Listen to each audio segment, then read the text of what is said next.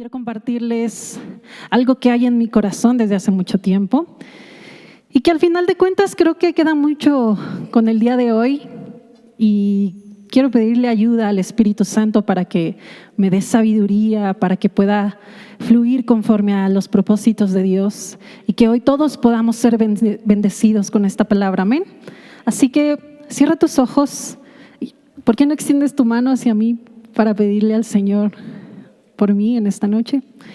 Señor, gracias por tu gran amor, tu misericordia que nos alcanza todos los días. Espíritu Santo, gracias porque eres nuestro compañero, eres nuestra ayuda, eres nuestro consejero. Gracias porque podemos ver en ti a la persona de Dios y a la persona de Jesús.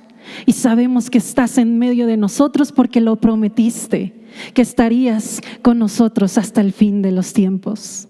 Así que, Espíritu Santo, ayúdanos a que el día de hoy podamos recibir tu palabra y que Jesucristo sea honrado en todo momento en nuestros corazones el día de hoy. Te damos gracias en el nombre de Jesús. Amén.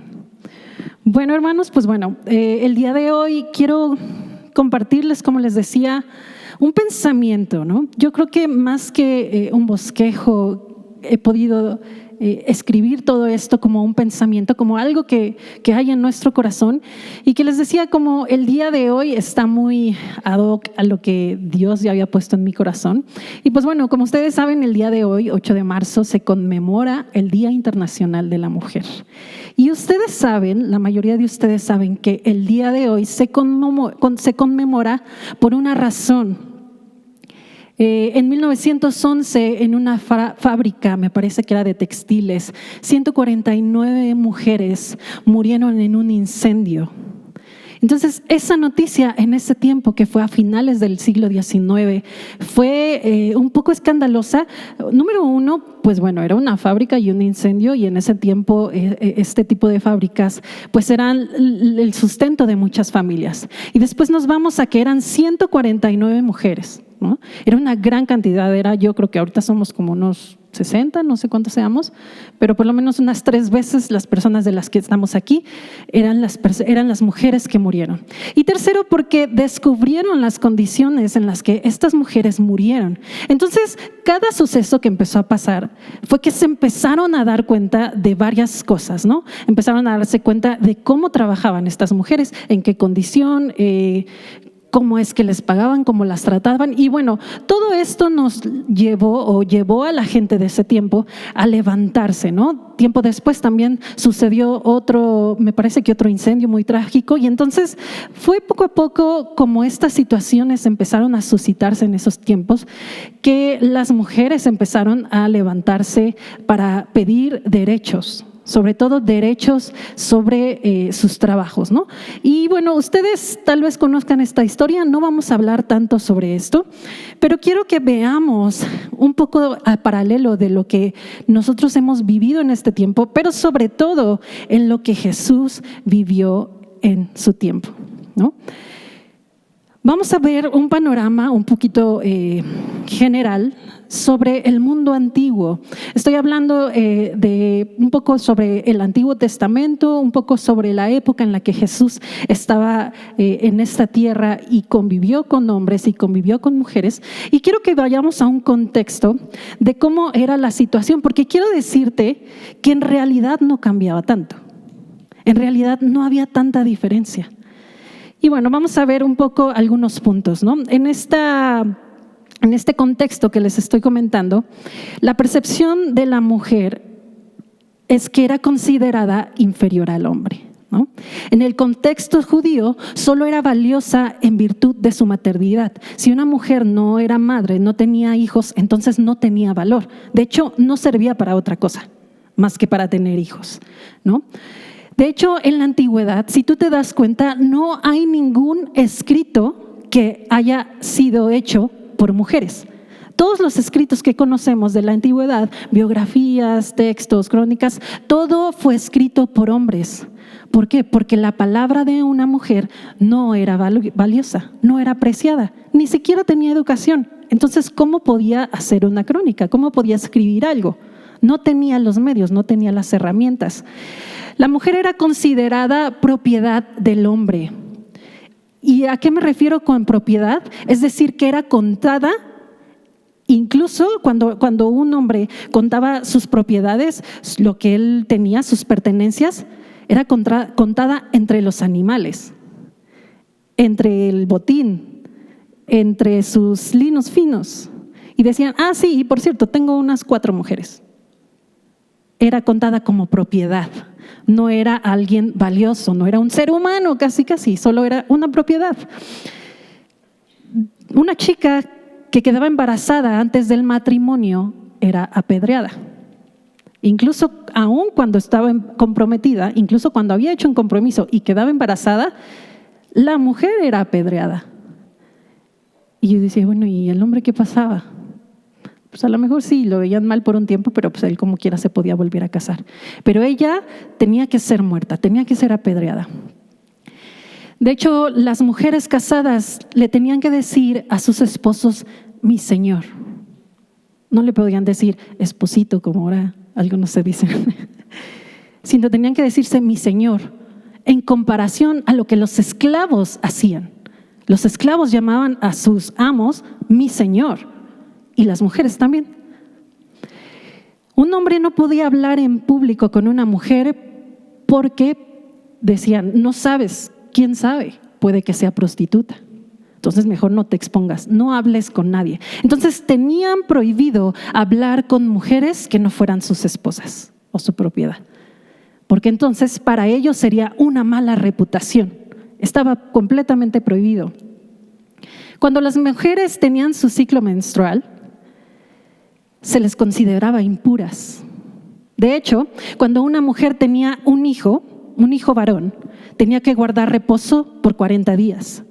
Y cuando una mujer daba a luz, una mujer tenía que guardar reposo por 80 días, porque se les consideraba impuras.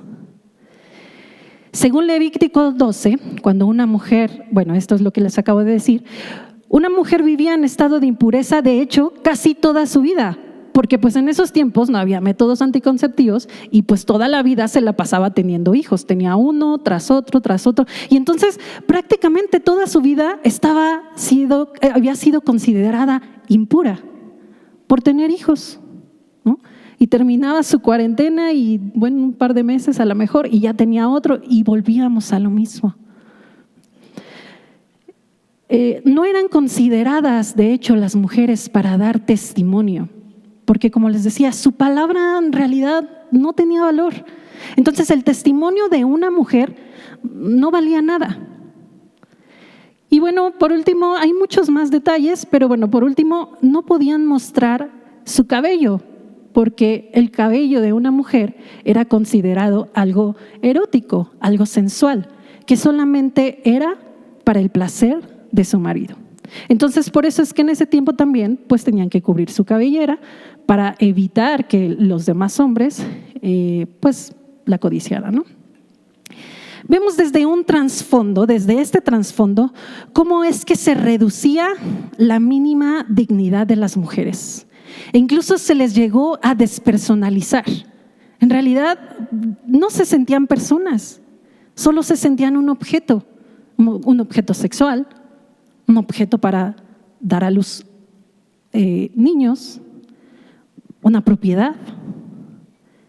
Y todo este contexto, no solamente estamos hablando del contexto hebreo, sino estamos hablando en contexto histórico. Y creo que podría dar ejemplos mucho más grotescos en otras culturas, ¿no? Los romanos, por ejemplo, decían ellos que las mujeres eran como perros, ¿no? Y muchas otras cosas que ahorita no me daría tiempo de explicarlo, pero quiero que veamos un poco, quiero llevarte a ese contexto. Así que podemos decir que en esos tiempos, en el tiempo en el que Jesús estuvo en esta tierra, era un poco hostil para las mujeres. Y podemos asegurar que en el tiempo en el que Jesús estuvo en esta tierra, el acercamiento que Jesús tuvo con estas mujeres fue completamente revolucionario. Jesús no solamente vino a revolucionar la ley, ¿no? Jesús lo decía, yo no vine a abolir la ley, yo vine a cumplirla. Pero su manera de cumplirla no agradaba en nada en ese tiempo a los fariseos, a los saduceos, a los celotes. De hecho, ellos eran sus peores enemigos, ¿no? Ellos esperaban un Jesús revolucionario que llegara y rompiera y terminara con el imperio romano porque los había oprimido por tanto tiempo. Los judíos esperaban en ese tiempo que Jesús llegara e implementara su propio reino a punta de golpes, a punta de autoritarismo. Sin embargo, lo que Jesús hizo fue todo lo contrario. No basta decir que Jesús simplemente estaba de acuerdo con las costumbres sociales de esa época. De hecho, él tuvo problemas en romper tabúes sociales. De hecho, él se juntaba con recolectores de impuestos, comía sin lavarse las manos, redefinió lo que fue el sábado y de hecho reinterpretó lo que era el templo e incluso llegó a condenar y avergonzar a los fariseos, a los maestros de la ley. Él los llegó a avergonzar con la autoridad que tenía.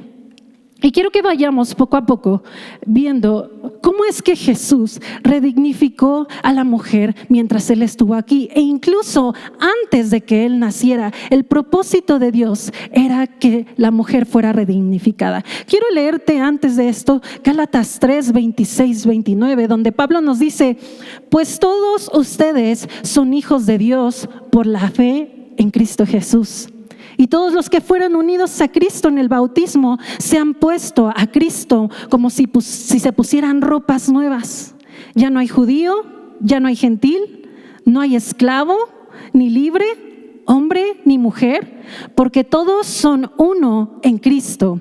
Y ahora que pertenecen a Cristo, son verdaderos hijos de Abraham, son sus herederos y las promesas de Dios a Abraham les pertenecen a ustedes. Vamos a ver en primer lugar cómo Jesús dignificó a la mujer por medio de su genealogía. Si tú te acuerdas cuando has leído Mateo lo que hace es recitar y un poco poner ahí la genealogía de Jesús. Y en ese tiempo la costumbre que se tenía era que ponían 14 generaciones de Abraham a David. Y después, o bueno, más bien lo que hizo Mateo fue poner 14 generaciones de Abraham hasta David.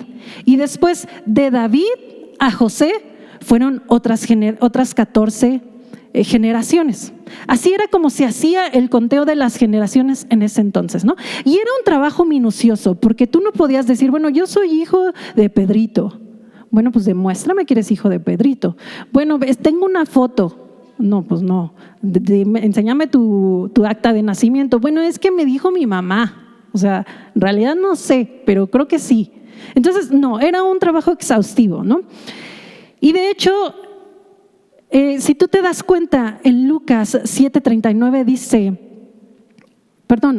lo que hizo Jesús fue lo que hizo Mateo con la genealogía de Jesús fue entonces precisamente añadir a estas personas que eran los descendientes de Jesús, pero jamás se involucraban mujeres, porque como lo acabamos de ver, en realidad no tenía valor pues su linaje. Como para qué querías poner a una mujer que considerabas un perro al igual que las vacas que tenías al lado. No tenía sentido, ¿no? Pero Mateo lo que hace es eliminar a personas importantes de la genealogía de Jesús y meter a 4 mujeres dentro de la genealogía. Vemos a Tamar, a Rahab, a Ruth y a Betsabe.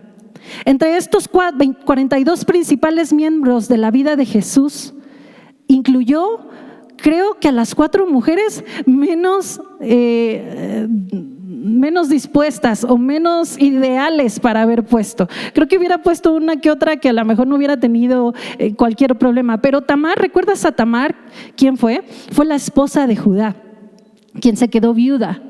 Y lo que tuvo que hacer fue meterse con su suegro para poder tener descendencia de su esposo, porque no le pudo dejar descendencia. Entonces era medio extraño ese rollo, pero bueno. Rahab, ¿se acuerdan de Rahab? Era una prostituta, y para empezar era una prostituta gentil, ni siquiera era judía. Y esta prostituta, bueno, ya lo saben, ayudó a algunos espías para que tomaran la tierra prometida y todo esto. Y Rahab fue parte de la genealogía de Jesús. Tenemos a Ruth, igual, una mujer gentil que ni siquiera tiene sangre judía, que de la misma manera perdió a su esposo, no tuvo hijos, y entonces entre su suegra Noemí y ella empezaron a buscar a alguien que le pudiera reivindicar esa generación de su esposo, y llegamos a Boaz. Y entonces Boaz es descendiente de Jesús también. Y por último vemos a Betsabé. ¿Recuerdan a Betsabé? Era esa mujer que David tomó a la fuerza. El rey David tomó a la fuerza y mató a su esposo y tuvo un hijo con ella. Podría decir que hasta la violó. Y después, producto de esa violación, tuvo un hijo, el cual murió. Después David, bueno, ya se arrepiente, se casa con Betsabé, y entonces tienen un hijo, y por medio de ese hijo empieza otra vez la genealogía. ¿Por qué Dios agregaría 4 mujeres de muy mala reputación a su genealogía? ¿Por qué lo haría? No tendría sentido. También vemos cómo Jesús en sus tiempos anduvo con mujeres de mala reputación. No sé si recuerdan la mujer pecadora que se acerca a Jesús. De hecho, uno de los fariseos lo invita a su casa para comer, para cenar. Y en cuanto llega a su casa, lo que hace esta mujer es aventarse a los pies de Jesús para derramar sobre sus pies, por la parte de atrás, dice la Biblia, que se puso de la parte de atrás y derramó un perfume muy caro. Y que con sus lágrimas y sus cabellos empezaba a enjuagar los pies de Jesús. De hecho, el mismo fariseo en su mente dice: si este realmente fuera un profeta, él sabría que esta mujer es pecadora. Ni siquiera el fariseo creía que Jesús era Dios o que era el Mesías.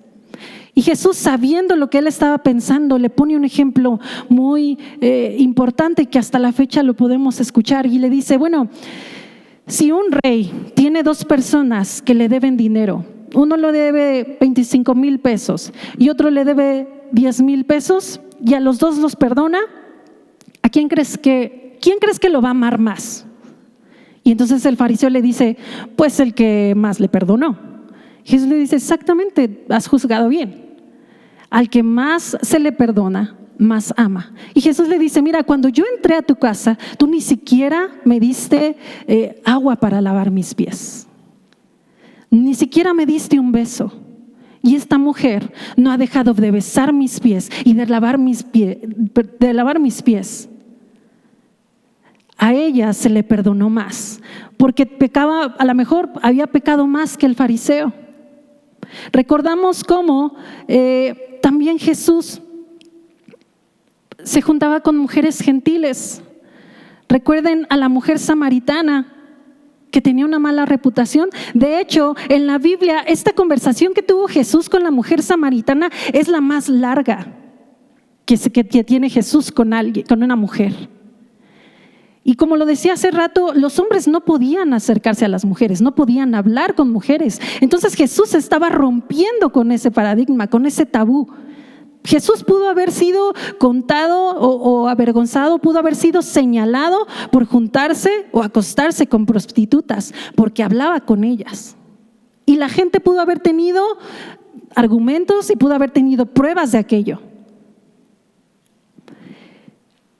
Otra mujer con la que Jesús pudo dialogar fue la mujer sirofenicia. No sé si recuerdan, esta mujer también que era gentil y que se acerca a Jesús y le pide que sane a su hija. Y Jesús le dice: oye, ¿qué no sabes que la comida es para los hijos? Y esta mujer le dice: sí, Señor, pero aún las migajas las comen los perros. Y Jesús se impresionó por su fe y le dice: vete, tu hija, por la fe que tienes, ha sido sanada. Vemos que Jesús tuvo mujeres discípulas. No sé si recuerdan a María Magdalena, una mujer de la cual habían sacado 7 demonios. Y quiero leerte de hecho Lucas 8:1-3.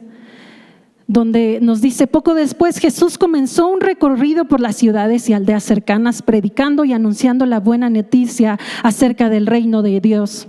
Llevó consigo a sus 12 discípulos, junto con algunas mujeres que habían sido sanadas de espíritus malignos y enfermedades. Entre ellas estaba María Magdalena, de quien él había expulsado 7 demonios; Juana, la esposa de Chuza, administrador de Herodes; y Susana, y muchas otras mujeres que contribuían con sus propios recursos al sostén de Jesús y sus discípulos. No sé si acabas de leer bien esta parte, pero además de que Jesús se juntaba con mujeres, hablaba con gentiles, hablaba con prostitutas y sanaba a niñas de 12 años, el ministerio de Jesús fue financiado por mujeres. Juana, que fue la esposa de Chuza, la Biblia nos dice que era la esposa de uno de los administradores de Herodes. Incluso Juana corría mucho riesgo al seguir a Jesús, porque si Herodes se enteraba de que era una seguidora de Jesús, ella y su esposo hubieran muerto. Susana no nos dice muy bien qué hacía, pero seguramente era una mujer con dinero, porque aquí nos dice que ellas financiaban su ministerio. Cosa que, pues, ¿cómo lo van a financiar si eran mujeres que no tenían dinero, ni siquiera eran contadas como personas? ¿Cómo por qué? Agarraban el dinero de sus esposos y le daban a Jesús, ¿no? Podemos ver toda esta situación, que las mujeres eran mucho más vulnerables que el día de hoy en el mundo antiguo. En parte porque no gozaban de los mismos derechos legales que los hombres. Sin embargo, en este mismo contexto, las Escrituras celebran a las mujeres, situándolas reiteradamente en la corriente del plan redentor de Dios, donde su fidelidad a Dios a menudo pone en evidencia la obediencia de hombres caídos incluso. Conocemos muchos de sus nombres, como ya lo hemos dicho, y a lo mejor me tardaría mucho en hablar de muchas otras mujeres que vienen en la Biblia. ¿Recuerdas a Sara? ¿Recuerdas a Débora? ¿Recuerdan a Ana? A Abigail, a Esther, a la reina Esther, a Isabel, a Priscila, y podríamos seguir y seguir y seguir. Pero en realidad, ¿cuál era el propósito de Jesús al tener a estas mujeres cerca? ¿Cuál era la intención de Jesús al tener mujeres discípulas? ¿Cuál era la intención de Jesús al acercarse a las mujeres que ni siquiera nadie se les acercaba? La mujer del flujo de sangre que había sido considerada por 12 años impura, porque dice la Biblia que no cesaba su flujo de sangre. 12 años impura, nadie se le podía acercar. Nadie podía tener una relación con ella, nadie se podía casar. Era la mujer más desdichada, más rechazada del lugar. Sin embargo, se atrevió a tocar el manto de Jesús. Por eso en el momento en el que Jesús pregunta ¿quién me tocó? Pues para ella fue un susto, porque si se enteraba la gente que había sido ella y que tenía un flujo de sangre, inmediatamente la hubieran apedreado. Sin embargo, Jesús la honra su fe, honra la fe con la que se acercó para ser sanada. Vamos a Romanos capítulo 12, desde el versículo 1. Me gustaría leer contigo.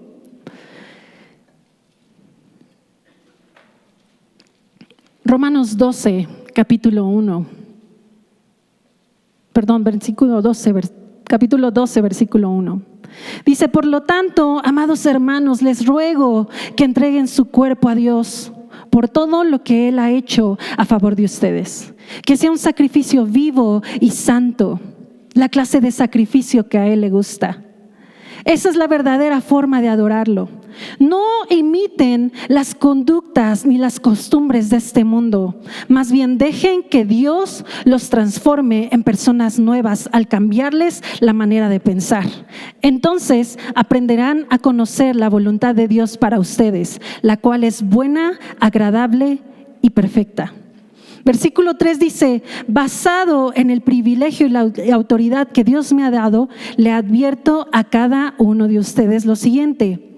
Dice, ninguno, repite conmigo, ninguno se crea mejor de lo que realmente es.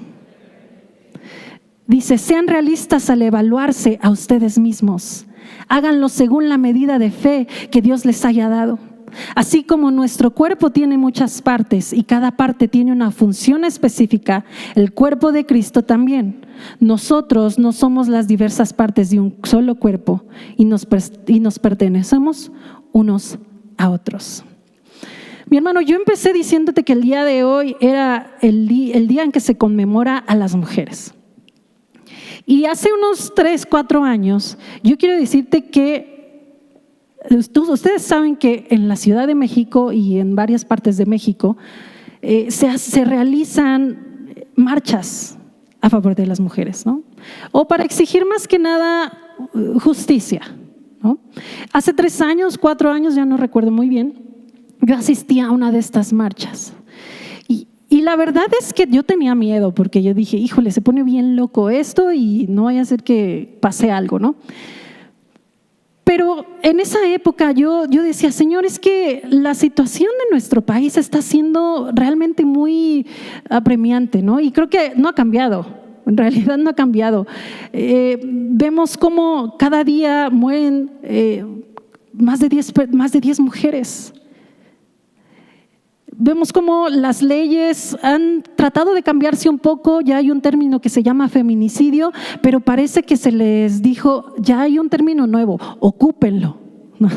Y entonces han sucedido feminicidio tras feminicidio, y entonces en esa época yo decía, Señor, estoy cansada de vivir así, es preocupante. Yo creo que la mayoría de las mujeres que estamos en este lugar, si no es que todas, puedo asegurarlo, estamos preocupadas cuando salimos a la calle. Si nos subimos al metro, no sabemos si vamos a regresar. Yo le pido todos los días que mi mamá llegue con bien a su casa. Incluso ahorita que yo estaba sentada ahí, mi mamá se vino aparte y yo la venía siguiendo en una aplicación que tenemos donde nos vemos, porque dije, ya se tardó, ¿no? Y decía, ya se tardó. Y no sé, a veces vives con ese miedo. Vives con ese miedo de ¿a dónde ya llegó o no llegó? ¿O por qué ya se tardó si vivimos a 10 minutos? ¿No? Creo que todas aquí hemos vivido con ese miedo. Sin embargo, también hemos vivido con una mentira que el enemigo ha querido traer a nuestras vidas, en la cual nos dice, nosotras como mujeres somos mejores que los hombres. Ya no hay necesidad de casarse, ya no hay necesidad de tener hombres. Todas tenemos el mismo poder, el mismo valor, tenemos la misma decisión y se nos olvida la lucha de estas mujeres que en un principio levantaron su voz, que era para pedir derechos, sí, derechos laborales, derechos de voto, derechos siquiera de tener una propiedad. Y todo esto es bueno. Y gracias a estas mujeres y a muchas otras mujeres que lucharon por mucho tiempo es que tú y yo, incluso hoy podemos tener un carro, hoy podemos tener una familia, hoy podemos tener una casa, hoy podemos venir sin un velo en la cabeza. Gracias a esas mujeres que lucharon. Sin embargo, la corriente del mundo, como dice Romanos, nos ha venido a querer distorsionar la imagen que Dios tiene de la mujer. Si bien es cierto que Jesús vino a redimirnos, es cierto que Jesús vino también a cumplir la ley. Y quiero decirte que así como hemos escuchado en estos tiempos sobre la igualdad de género, es real. En el reino hay una igualdad de género. ¿Lo sabías? En el reino hay un eslogan que dice igualdad de género. La igualdad de género, según Wikipedia, dice que implica que hombres y mujeres deben recibir los mismos beneficios, las mismas sentencias y los mismos tratos con el mismo respeto. Eso es lo que dice Wikipedia. Que todos tenemos que recibir básicamente el mismo castigo o los mismos beneficios. Tenemos que ser sentenciados con la misma pena, seas culpable o inocente, ¿no? Dependiendo de lo que hagas. Y aunque hay muchas diferentes maneras de entender este término, vamos a tomar esta definición como base. Entonces, ¿apoya la Biblia el trato equitativo hacia las mujeres? Vamos a ver lo que dice Génesis 1:27. Dios creó al hombre a imagen suya, a imagen de Dios los creó, varón y hembra los creó. El punto número 1 es que sí, hay igualdad en origen y hay igualdad en patrón. Todos hemos sido creados a imagen de Dios. Así como estás, morenita, pelo lacio, alta, chaparrita, cabello chinito, cubanitos, mexicanos, todos hemos sido hechos, creados por Dios. Tanto el hombre como la mujer fueron creados a la imagen de Dios y ningún pasaje bíblico indica que uno de los géneros tenga más la imagen de Dios que el otro. El punto número 2, en la igualdad en naturaleza pecaminosa. Nos dice Romanos 3:1, como está escrito, no hay justo ni aun uno. Aunque Eva pecó primero, Dios le pidió cuentas a Adán. Ambos fueron considerados igualmente pecadores y fueron separados de Dios por su pecado. Nos dice Isaías 53:6, todos nosotros nos descarriamos como ovejas, nos apartamos cada cual en su camino. Esto significa que igualmente daremos cuentas por nuestro pecado e igualmente somos incapaces a salvarnos a nosotros mismos. Hombres y mujeres tenemos la misma condición de pecado. Y el punto número 3 es igualdad en valor y posición. Nos dice Juan 3:16, porque de tal manera amó Dios a la mujer. Amó Dios al hombre. Dice, amó Dios al mundo. El amor de Dios para los seres creados a su imagen es igual para hombres y mujeres. Dice 2 de Pedro 3:9, no queriendo que nadie perezca, sino que todos vengan al arrepentimiento. Dios desea salvarnos a todos por igual. Nos ofrece la posición de escogidos, tanto a mujeres como a hombres. Dice Juan 15:16, ustedes no me eligieron a mí, fui yo quien los escogí a ustedes. El mundo dice que Dios no valora a las mujeres porque no les permite tener una posición, cuando ya nos ha dado una posición de redimidos. Él es nuestra posición más importante.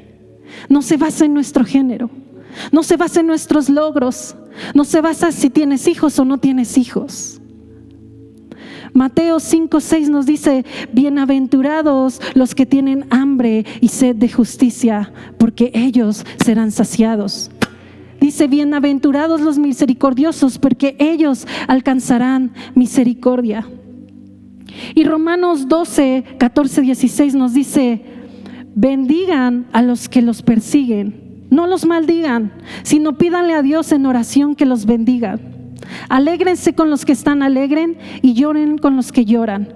Vivan en armonía unos con otros. No sean tan orgullosos como para no disfrutar de la compañía de la gente común y no piensen que lo saben todo. La gracia que hemos recibido de parte de Dios, seamos hombres o mujeres, es lo que nos da el nuevo nombre que Dios nos pone. Gracias a Jesucristo, que mostró en su época cómo era que las mujeres eran valiosas. Jesús las honró, Jesús las amó. Como iglesia, ¿estás honrando a las mujeres de tu entorno? Como hombres, como mujeres, estamos honrando y recalcando el valor que cada una de ellas tienen. No para exaltarlas sobre los hombres, no para empoderarlas, porque incluso esa palabra está muy famosa, empoderar a las mujeres. En realidad, lo único valioso que tenemos hombres y mujeres es a Jesucristo. Y fuera de Él no tendríamos nada. Las mujeres que están allá afuera marchando, pidiendo justicia. No son más ni menos que nosotros. Incluso me atrevo a decir que la iglesia debería de ser el lugar de refugio a donde ellas puedan acudir. El lugar donde ellas puedan tener el acceso de decir: tengo este problema, está pasando esta situación en el país, vamos a la iglesia a orar. Porque el que busca a Dios, se me olvidó ese versículo, buscad primeramente el reino de Dios y su justicia, y todo vendrá por añadidura. Mi hermano, si el día de hoy Jesús viviera y habitara entre nosotros, ¿de qué manera estaría dignificando a las mujeres de estos tiempos? ¿De qué manera tú y yo estaríamos dignificando a las mujeres de estos tiempos? Y como lo acabamos de ver, no se trata de sobrepasar un género por sobre otro. No se trata de decir las mujeres son más altas que los hombres, las mujeres pueden solas. No, Dios nos hizo. En Génesis dice que creó Dios a la mujer y la hizo su ayuda idónea. La hizo su ayuda idónea. Dijo: no es bueno que esté solo. No porque Adán no supiera qué hacer, porque de hecho se pasó nombrando a los animales y quién sabe cuánto se ha de haber tardado. Pero no estaba pleno, no estaba satisfecho. Mi hermano, tenemos nuestra identidad en Cristo. Mi hermana, tenemos nuestra identidad en Cristo. No te amoldes a las costumbres de este mundo. No te amoldes a la corriente de este mundo. Porque tu identidad y la mía no está en lo que está gritando el mundo. Está en Jesús. Está en Jesús. Nuestra identidad va mucho más allá siquiera de nuestra condición de estatus social, de estatus económico. Nuestra condición se basa en la obra redentora de Jesucristo en la cruz. Tampoco se trata de poder unirnos a gritar, a pedir, a exigir derechos que van contrarios a la palabra de Dios. No podemos creernos, lo dice la palabra, no podemos creernos más inteligentes que otros, no podemos creernos más empoderadas que otros. Dice: ninguno tenga un concepto más alto de sí mismo. Romanos dice: no creas que lo sabes todo. Dice: disfruta la compañía de la gente común. Esa es mi invitación el día de hoy contigo. Recordar que nuestro valor está en Cristo. Recordar que nuestra identidad y nuestro destino está en Cristo y no en nuestro género. Amén. Cierra tus ojos y vamos a orar el día de hoy. Señor, gracias porque podemos escuchar tu palabra. Podemos recordar quiénes somos delante de ti. Somos tu especial tesoro. Somos tu pueblo santo, adquiridos para anunciar las virtudes de aquel que nos ha llamado de las tinieblas a la luz admirable. Eso es lo que somos para ti. Somos ese remanente que escogiste para que representemos a Jesús en esta tierra. Señor, ayúdanos a examinar nuestros corazones. Y que si en nosotros ha habido una actitud mala en contra de nuestro prójimo, tú nos muestres, Señor, cómo debemos cambiar y caminar conforme a tu plan. Gracias, Jesús. Gracias por la obra redentora de la cruz y porque en ti tenemos nuestra identidad segura. En el nombre de Jesús. Amén.